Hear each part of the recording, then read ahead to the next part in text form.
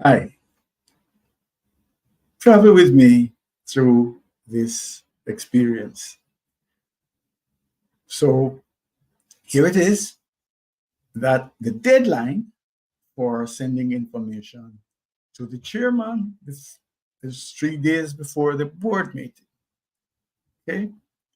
Susan is in charge of getting the information, the report out to the chairman. I provide information that goes into that report.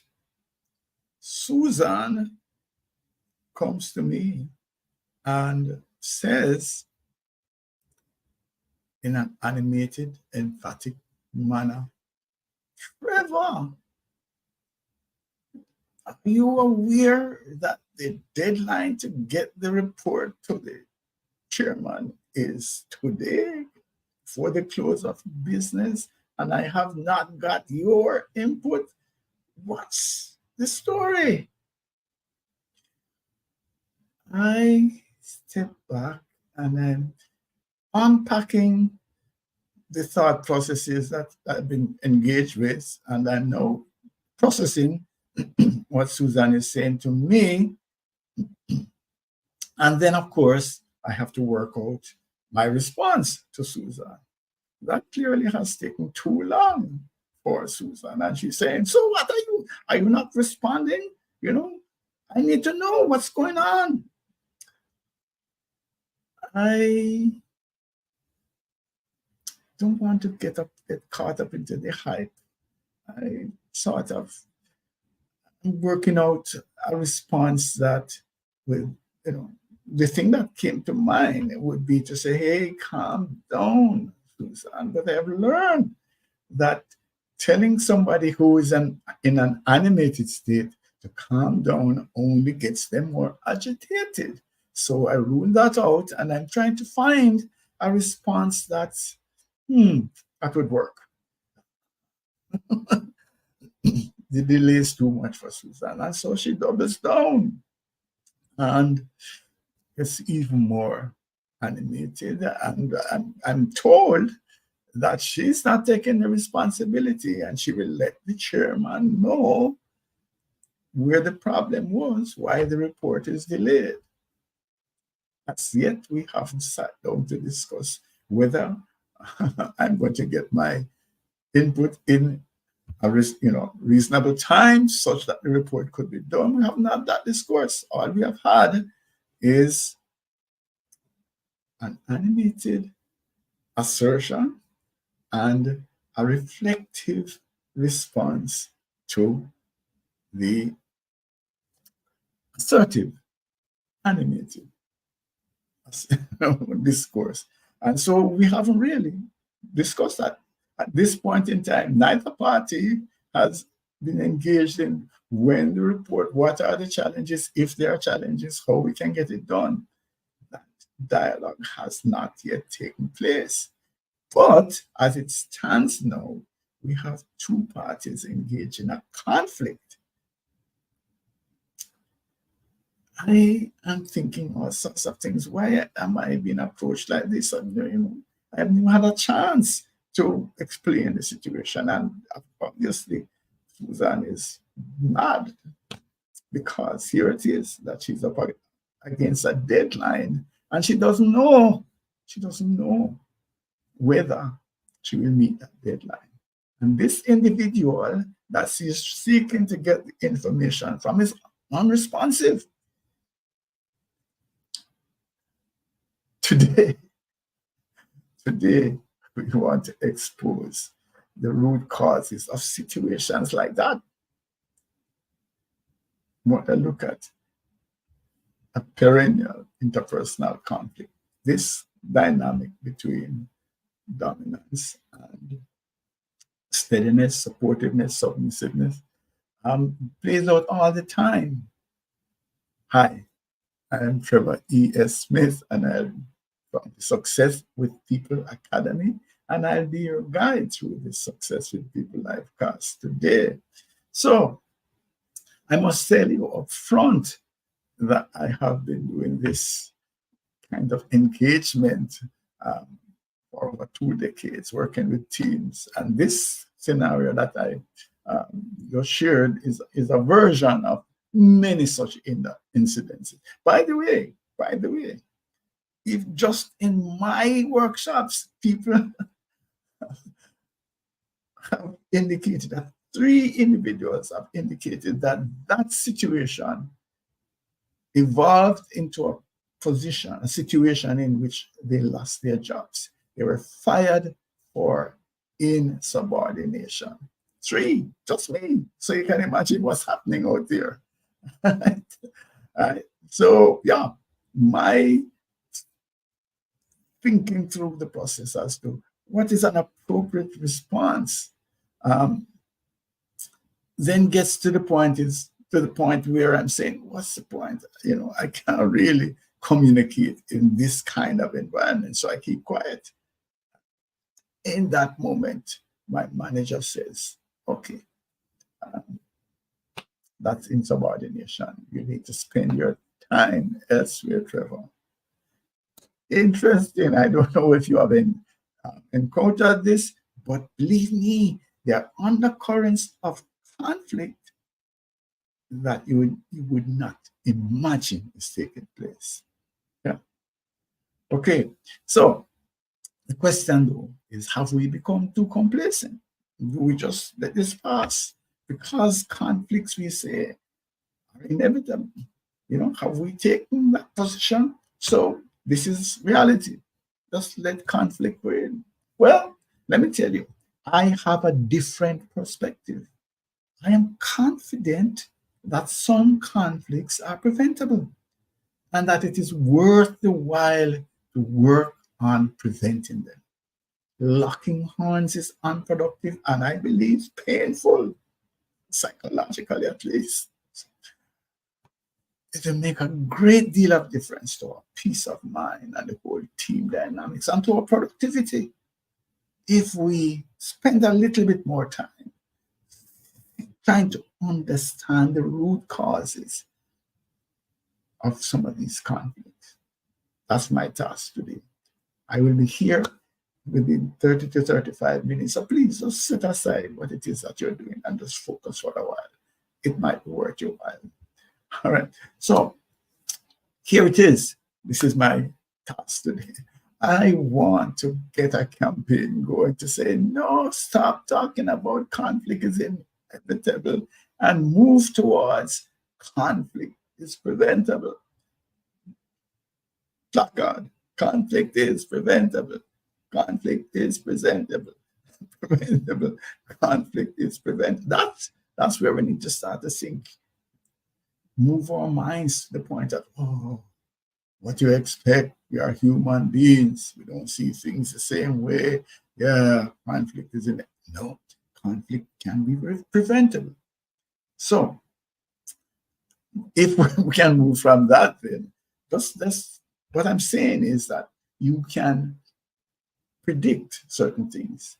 One of the examples is that you can know when a dog is likely to bite you because he's growling, as against one who's wagging its tail. We can know when rain is going to fall. There are a number of things that we go through in life that helps us to predict. We understand the signs. And I'm so suggesting to you that when it comes to interpersonal relationships, there are signals, there are signs that we can read.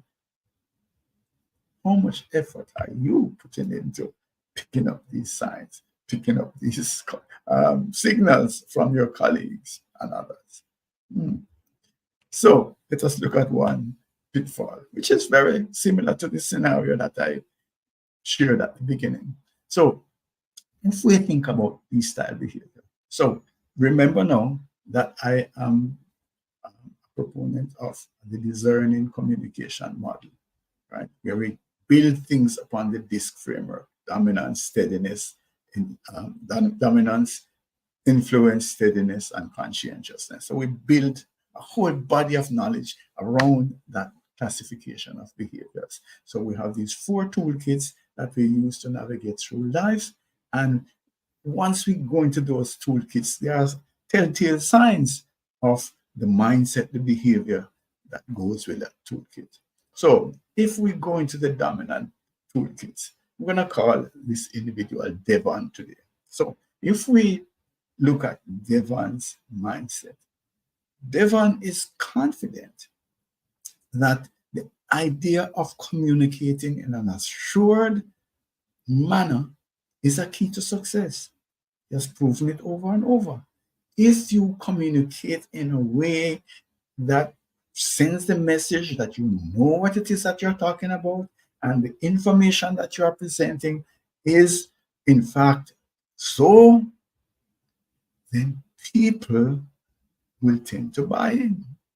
Yes, we have examples of it now all around us. We're saying the same thing with confidence, whether it is so or not, unfortunately, can in fact influence others to believe and to buy in. And so that is Devon's modus operandi. Speak confidently, speak assertively, and your message will get through. Keys to success. Now, amusingly, this very fact of being confident and assured and emphatic in your presentation can be a turn off. So a part of the audience might be saying, yes, Devon, we believe, we support you. Go, Devon, we are with you. There's another side of the audience that's saying, oh my gosh, why is he so cocky? Why is he so arrogant? Oh, I can't deal with this. Deal with that. Now, let me clear the table a little bit first. So let me tell you that there can be the Davids using the same D style who really overdo this display of confidence and can really, truly, honestly be deemed to be arrogant. There is also Don, who drinks his own Kool-Aid and actually believes that he has all the answers. And so he is impatient with anybody who would disagree or who would not follow his lead. Now, those are scenarios that we can clearly put aside to say, well, okay, that's overbearing. That's misuse of dominance. That's tending towards dictatorship. And of course, those scenarios must or ought to create conflict. All right. But put those extreme examples. Let's go back to Devon. All right. So here's the question now with Devon. This is the big pitfall. It's a style issue. Yeah. So Devon is of the opinion that I want to present in a confident way. Yeah? And so Devon actually speaks more emphatically than, for example, your S-style colleagues, which tend to be understated. As a matter of fact, one of the coaching that we have for S-style users is be less submissive, be more assertive. Yes, so that's it. So they would be understated. And so when Devon comes across in this definitive, assertive, animated ways, it makes the S-style colleague feel a little bit uncomfortable. And so the S-style colleague tends to be focusing on the body language and not so much on the content. Looking for tone, and they're looking for all of these factors that you might say are distractors, as against focusing on the content. So, in a sense, shouting is a no-no in terms of S-style behavioral ethics. You can't shout. That's not a way to communicate. sophisticated people do not shout at each other. So shouting is almost as if you're going to slap me in the face. So that's part of it. But here's the trick. Here's the trick. The shouting is not necessarily based on the decibel level. Yeah. A lot of quote unquote shouting can just be the body language, the tone, the degree of emphasis. So you can see then that behavioral preferences play a very significant role in either inducing or preventing conflict. So if we were to spend time understanding these nuances, we would be able to prevent a lot of conflicts that take place. Yes. So here is a root cause.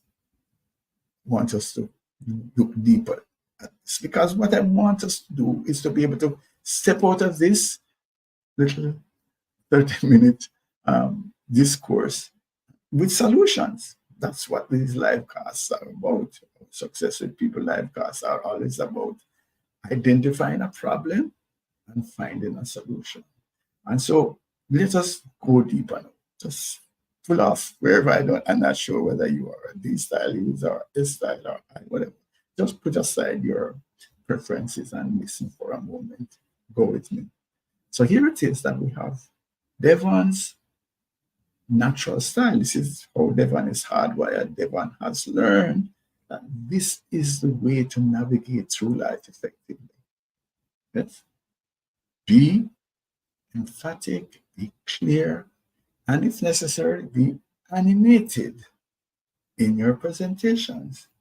Get your message across with confidence. Let people see that you are clear and sure about what it is that you're saying, that you know the way forward, and that you are ready to lead or to go alone. But one thing is sure is that you know the way forward. You understand what's happening. You have answers. That's the message that Devon knows. That's how you have to succeed. You have to communicate in this kind of way. Now, animation is not to be confused with animosity, which is sometimes where the problem is that when you get animated, sometimes the feedback comes, why are you angry? Why are you shouting? Why are you me angry? What? Shouting where?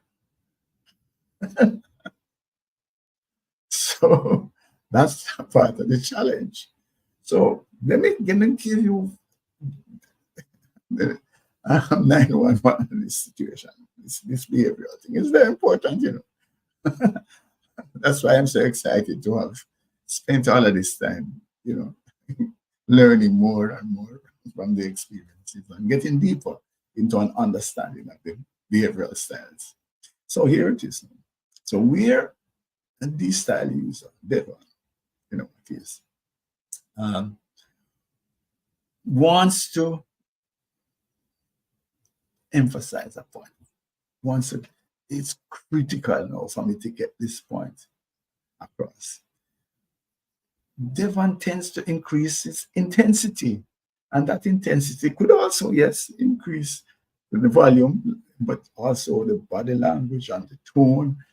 That tends to happen. That's how these style individuals feel, and function and navigate through life. The more emphatic, the more important a situation is the greater level of intensity in the communication.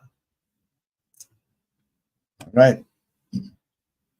Let's look at Sandy, who is going to be our style user. Sandy. When Sandy is getting increasingly upset or something, is bothering Sandy, and Sandy really wants to get the message across that she is not in a good place, Sandy's volume tends to go down. Sandy's intensity is in a kind of different mode, because what Sandy starts to do is to put space between her words. I did not say that, did I? Did you hear me say that? So then, why are you suggesting that I made that statement? That's it. It's a complete, you can see the difference. So one is getting more silent, getting toning things down, but it doesn't mean that Sandy is any less angry and upset with the situation. It's just a different way of navigating through life. And so we have to understand that these are preferences. Yes. And if you push, if Sandy is not getting through, Sandy might just shut down the communication. I'm out. Okay. All right. Thank you. I hear you. All right then. Not another word. I suggest that we invest time and resources in understanding our team members at a deeper level so that we can actually function effectively together with more harmony and prevent some of the conflict that you know impacts our lives. All right. So what are the implications for what I'm suggesting today? One of them is that if we look at the dynamic between the D style, the Devons, and the Sandys and the S style, we can see then that at any point in time, there's a threat of an impending conflict. Yeah.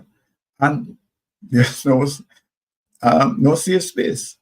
In any discussion, there can be a disagreement, and even if one steps back and doesn't, give an answer immediately, that could be the cause of a conflict. So we can see then that there's an issue, but all is not lost. There are solutions, which is why we are here. All right. So the solution that I'm going to put on the table might sound simplistic on the surface, but it's really the answer. Yeah. And at its core, it's about really reducing the issue to how people prefer to behave. It's a matter of preference. That's basically what it is. You prefer a quiet, calm, discourse. Another person believes that by being emphatic and animated, the message will be better received. That's it. It's a choice. Yes. So these are not matters of life and death. It's a matter of personal taste. Feelings have come into play, and are we willing to manage our feelings in order for there to be harmony? Should we really stop talking to John because John actually puts sugar in his coffee? Oh my gosh, how could anybody talk to somebody who does something like that? So that's it. It's a matter of feelings, a matter of feelings. You feel this way, I feel this way. Can we all get along? So the real solution for us is to focus on the substance. What is it? So go back to the origin. Is the report going to be ready? What are the challenges that we are having here? Yes. Put aside the styles, whether the person's animated, the body language, the tone, put that aside. But also for you who are coming with this tone and this body language, understand that it might turn off the other party. So put it aside, no man. Put it aside. Just approach them in a calm way. However, I'm a little concerned that we might miss the deadline with the report. Where are you? Can you talk to me a little bit? Let me see if I can help you. Could that be a better approach as against her? So that's all I'm saying. Both sides need to look at their preferred behavioral styles and find a way to make the communication work. So if Susan has forgotten, and because of the tension, she comes and she's a little overbearing. Come on, then, Trevor, understand, man. Said Susie, hello, watch out. Easy, Susie, take your time. I know that you are concerned, but let's talk about this in a calm way. That's what I'm saying. Let's both sides move together. Then that we stop fomenting problems when they are none. It's just a preference. Yeah. Okay. Hopefully. So what is the bottom line here? Behavioral styles play a critical role in either fomenting, inducing, or preventing conflict. And the answer really is for us as individuals to separate the substance from the style, man. Forget what's all of the distractions and what is the core. What are we talking about? What are the issues here? And so we need to step out of our comfort zone. This is how we like to perform. This is how we like to communicate. But in this instance, I might need to be a little bit more understanding.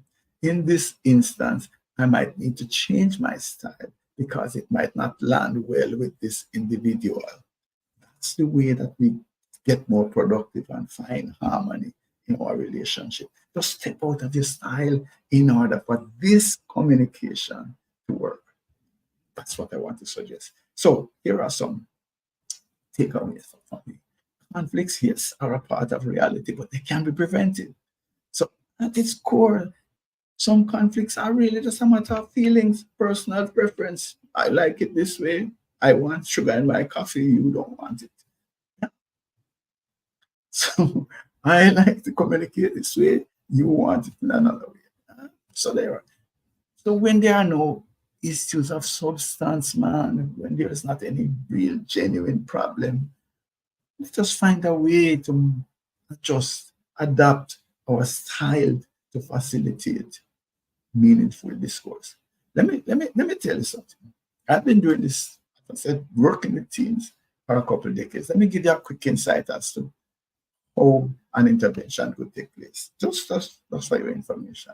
All right. So the first thing we do is that your team leader or your HR manager, talent, whoever it is that's responsible for learning and development, will say, hey, we have a team, we have this issue, we have this dialogue. What are your perceptions as to the cause of the problem, the root cause of the problem? What is that you would want from the intervention? So we agree on that. We then send out links to have the individuals answer a questionnaire so that we can get a behavioral profile on them. So we get this extended this behavioral DNA assessment done depending on the roles we have, we customize it. So we get the information on all the team members, and then we create a team map so we can actually look at the team and to see where people are on the team map and how the team is aligned with the task, etc. And then, armed with that information, our experts going, I actually lead a lot of these sessions myself, going and we have the session. So the first thing we do then is to debrief the individual so they understand the behavioral assessment, understand themselves better, because if you understand yourself better, then you can actually be able to communicate more effectively with others. So we have individuals then fully understand who they are. They look at the team, they can see where other members of the team are, and immediately when we put up our team maps, people are saying, oh, that is why I'm having the problem with Sandy. And that is why Susan has an issue with Mary, whatever. So it's there. And then we start then to go through the whole process of the discerning model of communication and leadership, where we actually teach people how to read behaviors, if you want, how to identify behavioral styles, and how to respond effectively to them.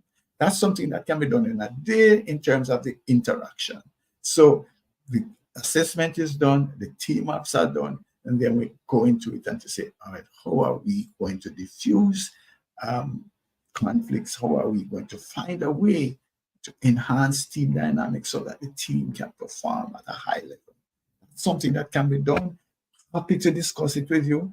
You know, no holds barred. I mean, if you want no commitment, let us just talk about it. If you have a team that could benefit, and I would believe even high performing teams can benefit because conflicts are a part of the reality, but they can be um, prevented. So, what are the next steps? I would suggest that you review this as live cast, and then let's have a conversation. Invite me to work with a pilot team so you can see how how this works. Yeah, just try it. See what happens. Let's have a conversation at least. So you can reach me at info@successwithpeople.org, or you can just come direct. Send me a WhatsApp message, 876-535-6677. By the way, these live casts are available on YouTube. There we go. YouTube at Extended Disk Solutions. So many of these live casts are there and they are useful. So you, in your spare time, you can go and watch them. Uh, so who are we? We are the Success with People Academy. We're a part of the InfoServe group, and we are actually SHRM recertification providers. What does that mean? That means that when we do training, for example, we can give you professional development credits that you can use um, in your recertification for SHRM CP and SHRM SCP awards. And effectively, what that means is that we function at internationally high international standards, such that SHRM could actually recognize our professional development credits. And we deploy our discerning model of communication and leadership, and also our REAL leadership framework to help individuals, teams, and their organizations to be more productive, to be less conflict ridden, and to actually perform at a very high level. And of course, we provide yes, granular behavioral DNA assessment, psychometric testing, if you want to call it that, from Extended Disk on the Revolutionary Things platform. So we do things with recruitment, give you greater insight as to how to hire so that you don't have to terminate immediately after. And we work with leaders and teams. Let's have a conversation. That's the bottom line. Thank you for your time. And look forward to seeing you next week. We're going to look at some more conflict issues in the next Success with People live class. Thank you. I'm Trevor E. S. Smith.